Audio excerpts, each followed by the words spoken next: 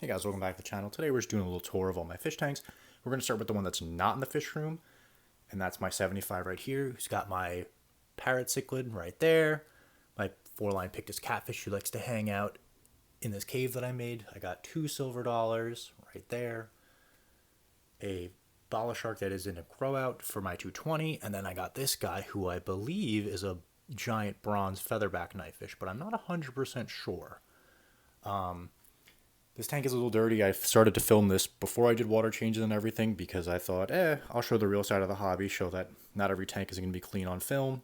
I do have some pothos that I'm growing. I currently have the window closed and the curtains just to make it easier to film.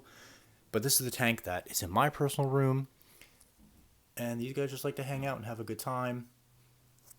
This parrot used to be really aggressive. I can do a whole video on that later, but this is a tank. It's not too big, not too small. Probably going to keep it the way it is. Bala shark will be moved out over time, and let's see what else I add maybe. All right, now we're at the second tank. This one is in the fish room in the fish basement. This is my 55 bow front, got from a family member. 2 goldfish. They are my pond goldfish. They will be going back out in the springtime.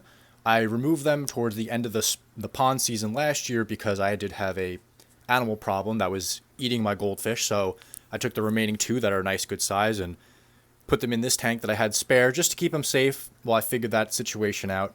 Thankfully, I won't have that problem this year. This is just a temporary tank. Not sure what I'm going to do with it. Thinking about doing some maybe saltwater predator fish. Maybe this will be a grow out tank for the 220 behind me, but I'm not sure.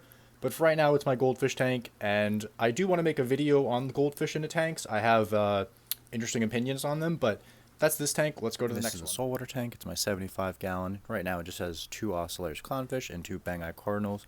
I was keeping the tank stock low just because I was away at school and easier just to have family members not take care of a bunch of saltwater fish that are super expensive.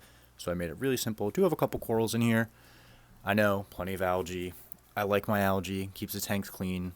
Less maintenance I have to do. I'll do a whole breakdown on the filtration that I run on all my tanks and the lightings, but for now, that's just a quick little update. Let's go to the final. This one right here is my prized possession. This is my 220 with my Giardini arowana, and that's it because anyone who owns these fish know it's hard to keep tank mates with them. They are very problematic, but I mean, you can't deny the beauty of these fish. He's currently looking at a stick that I had placed in this tank that's floating. I covered it with some rocks, but he moved it.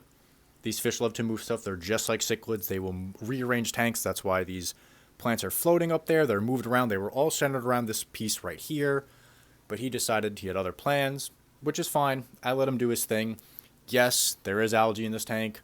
No, I'm not going to take care of it because right now it's nice to have. You have a big fish that produces a lot of waste. Having algae as a source to remove some of that ammonia and nitrates is a great thing. I'm going to do a whole video dedicated to why algae is great and we need to normalize having it in an aquarium setting.